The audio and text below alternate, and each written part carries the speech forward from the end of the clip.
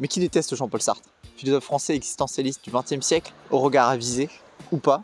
Il y a beaucoup de gens de droite qui le détestent parce qu'ils pensent qu'on ne peut pas, comme Jean-Paul Sartre, être né dans la grande bourgeoisie et après défendre les prolétaires, les gens le petit peuple, le bas peuple. Ils trouvent que c'est hypocrite. Et c'est injuste, c'est injuste. On le taxe aussi d'être un mauvais philosophe, un mec qui n'a réussi que par sa situation initiale, c'est-à-dire la grande bourgeoisie parisienne pour le coup. Et c'est injuste, parce que le mec il a fait premier à la Greg de philo, c'est-à-dire THE concours. En 1929, il est solide sur ses appuis. Et d'ailleurs, qui avait été premier l'année d'avant? Raymond Aron, dont on ne parle jamais. En fait, ces deux-là étaient vraiment, comment dire, très liés. Pas par les liens du mariage, mais l'amitié intellectuelle, vous voyez, parce que en fait, c'était deux grands esprits de leur siècle. Hein. D'ailleurs, tous les RSAistes de droite qui traînent sur jeuxvideo.com, vous devriez arrêter de tailler Jean-Paul Sartre, parce que lui, il pouvait lire 300 livres par an, écrire 12 heures par jour, et il aspirait à être l'homme le plus intelligent de son temps, en toute sobriété. D'ailleurs, quand est-ce qu'il écrivait 12 heures par jour? Pendant la drôle de guerre, parce que lui, il a fait la guerre. Il s'est pas défilé, en fait. Il l'a faite. Comme moi, j'y étais. Bon, il était certes antimilitariste, mais le fait est que, bon, il s'est plié à ça.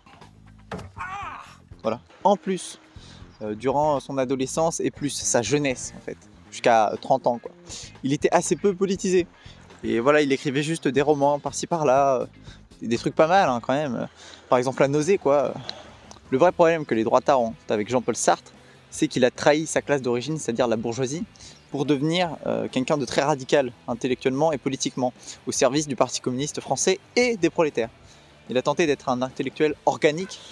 L'intellectuel organique, c'est celui qui vient du bas peuple, qui s'élève à la condition intellectuelle, mais qui du coup défend ses anciens frères, quoi, ses fratellos. Et ça explique en fait sa radicalité, parce que lui, il vient d'un milieu bourgeois.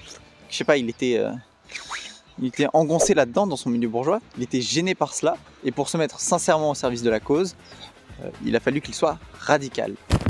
L'ouragan. Parce que ce qu'on sait pas trop, c'est qu'au départ, il est pas tellement de gauche, mais il est un peu anarchisant sur les bords, voilà, antimilitariste, comme je l'ai dit. Mais bon, il traîne avec Raymond Aron, quoi. Raymond Aron, c'est pas non plus, c'est pas Che Guevara, quoi. Je sais pas quoi, là. Ce qu'il prouve, c'est qu'il était très bien intégré au milieu intellectuel, voilà, littéraire des années 1930, même un peu après. Donc il a failli avoir le prix Goncourt, il s'est fait publier par Gaston Gallimard. Il était pote avec Drieux-La Rochelle, qui le fait libérer quand il est prisonnier de guerre en 40. D'ailleurs, comme tous les vrais droitards, il a adoré Voyage au bout de la nuit de Céline. Voilà, c'est pas un mec au goût déviant, quoi. Il lisait Heidegger, il adorait. C'est monstrueux au niveau de l'inspiration, je veux dire, c'est large, du moins monstrueux, tu vois. Ça va autant de Heidegger... Ça l'a beaucoup inspiré philosophiquement. Bon là, il y a une critique qu'il faut admettre, que je reconnais. Il a eu un rôle trouble pendant les années 40, sous Vichy, avec les Allemands. Sartre, c'est vraiment un des moins pires, parce qu'il y a tellement d'auteurs français qui ont fait des dingueries à cette époque-là. Il a juste quoi, il a pris un poste à Condorcet, en tant que professeur, parce qu'il y avait un juif qui avait été viré juste avant. Bon, il profite du système, hein, c'est vrai. Et même, il y a une pièce, huis clos, et les mouches qu'il va mettre en scène, quoi, au théâtre, pendant les années 40, justement, à Paris. Et c'est un beat total pour la population française. Du coup, il y a plein d'officiers allemands qui sont venus le voir, un peu gênant, quoi. Et même, il a écrit dans quelques revues un peu vichistes sur les bords, bref. C'était pas non plus, c'est pas Pétain, quoi, c'est pas Pierre Laval, ok. Donc ceci est très hypocrite, parce que y en a beaucoup d'autres qui ont fait largement pire, et qu'aujourd'hui, qui sont très validés. Genre Jean Giono, Sacha Guitry, tout ça. Il y en a d'autres. Attendez, je les cite.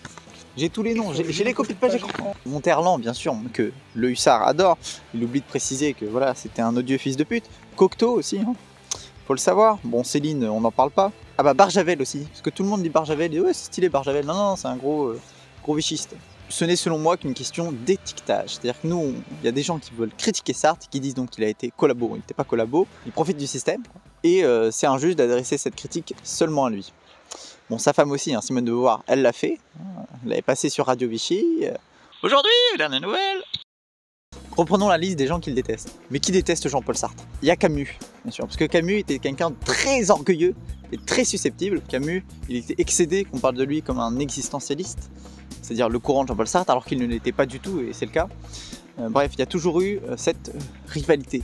Donc aujourd'hui, il est de très bon ton d'apprécier Camus et de déprécier Sartre quand on fait l'un, faire l'autre à la fois, voyez-vous? C'est-à-dire que les deux sont liés, les deux sont une binarité, une dualité. Plus on apprécie l'un, plus on parle de l'étranger, moins on parle du pauvre Sartre, qui a pourtant écrit La Nausée, qui est vraiment dans la même ligne.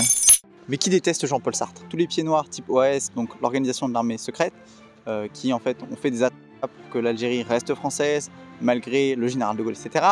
Ces gens-là détestent Jean-Paul Sartre parce que Jean-Paul Sartre était pour la libération de l'Algérie. On critique Jean-Paul Sartre parce qu'il était trop radical, qu'il a trop défendu l'indépendance de l'Algérie, tout ça. Et c'est injuste, parce qu'il allait quand même dans le sens de l'histoire, qui est le nationalisme dans tous les pays. Reprenons sur Camus et les Camusiens. Camus est pro-Algérie française. De toute façon, il a grandi au bled, lui, dans une famille terrible.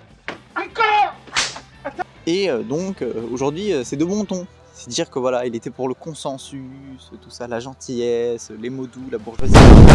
Alors que Sartre était trop radical. Les ânes partout, les djellabas, l'écriture lisible. Et en fait, c'est là le point même de la critique.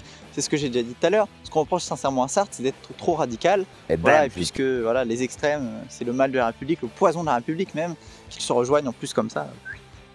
D'ailleurs, ce prisme d'analyse, c'est-à-dire radicalité de Sartre vs tempérance de Camus, ça se décline à tous les points de comparaison. La relation aux femmes, voilà. Camus trompait sa femme, mais personne ne le savait, c'était discret, donc ça va. Pour le coup, Sartre et Simone de Beauvoir, c'était de notoriété commune qu'ils étaient en couple libre, ça va pas. Je l'ai expérimenté plusieurs fois ce truc-là et ça marche bien. Et il y a d'autres points qui invitent à la comparaison entre les deux, puisque Sartre a refusé son prix Nobel et Camus l'accepte. Voilà, l'un est radical, l'autre non. L'un fut communiste et s'est repenti, Camus. L'autre est devenu communiste et est allé de plus en plus dans le radical, à soutenir Staline, Mao Zedong, tout ça. C'est d'ailleurs une critique qu'on lui fait qui est encore une fois injuste, de dire que Sartre était un naïf. On peut se tutoyer? T'es lourd. Qui a collaboré à des crimes de masse, des boucheries, tout ça, en allant voir Fidel Castro, Mao Zedong, en les adoubant intellectuellement, quoi. Puisque Sartre était évidemment au courant de toutes les horreurs qui se passaient. Voilà, ça c'est toutes les années 50, c'est ça. C'est on révèle des trucs sur le RSS qui commet des massacres, les goulags, tout ça, les procès dans les pays de l'Est, etc., etc. Il s'en rend compte, lui, il ne se repent pas. C'est honteux. Plus tard, qu'il prend ses distances avec le RSS et le Parti communiste parce qu'il a un complexe, en fait, de bourgeois en son sein et qui veut essayer de réparer son erreur, comme je l'ai dit plus tôt. Mais il ne faut pas penser qu'il n'était pas au courant, il y réfléchissait. Juste, il pensait qu'on ne pouvait pas faire une omelette sans casser des œufs, quoi. Les œufs, c'est les petits Russes. Mais qui déteste Jean-Paul Sartre? Reprenons la liste des haters. Les enfants. Prochain point. Mais qui déteste Jean-Paul Sartre? On continue la liste. Prochaine étape, c'est l'extrême droite, qui adore Jean-Paul Sartre. Parce que c'est l'objet idéal, en plus il est mort, pour y cristalliser toutes les idées, tous les mots de l'époque en fait, tout ce que nous on pense, qui vient de quelque part, et ils se disent, toute la genèse, c'est Jean-Paul Sartre. Le décolonialisme, c'est Jean-Paul Sartre. L'anti-impérialisme, c'est Jean-Paul Sartre. Le wokisme, c'est Jean-Paul Sartre. L'islamo-gauchisme, c'est Jean-Paul Sartre. Bref, ils adorent tout mettre sur sa gueule. J'ai d'ailleurs fait une vidéo sur l'extrême droite, alors allez voir là, c'est ici. Je vais donc vous expliquer comment l'extrême droite a réussi à faire passer ses idées sur le temps long de pourquoi détester Jean-Paul Sartre. Première des causes, il est communiste. Bon, ça j'en ai déjà parlé. Souvent, les mecs d'extrême droite aiment pas trop les communistes. Oh non, c'est pas vrai. Deuxième point, c'est qu'il a le physique de ses idées. En fait, il confirme cet adage selon lequel, quand on a un physique de merde, on a des pensées nulles aussi. Et que les deux sont liés. Troisième point, donc, c'est ses vices, notamment sa manière de vivre, en fait. Avec Simone de Beauvoir, en couple libre. L'intellectuel doit, selon Gérard Noiriel, dire la vérité aux décideurs, comme ça, sur la condition des opprimés, et doit plaider, en fait, pour les opprimés, ou du moins les défendre. Et ça fait de lui, donc, cet intellectuel, et ça, ils aiment pas trop, les gens de droite, parce que c'est quelqu'un qui défend le peuple, alors qu'il ne l'est pas, qui le défend bien, qui le défend intellectuellement. Mais qui déteste Jean-Paul Sartre? Bien sûr, tous les libéraux économiques détestent Jean-Paul Sartre, qui n'avait pas de grande vision économique, mais n'était pas du tout libéral. En même temps, quand tu es aligné sur les communistes, c'est dur, c'est dur.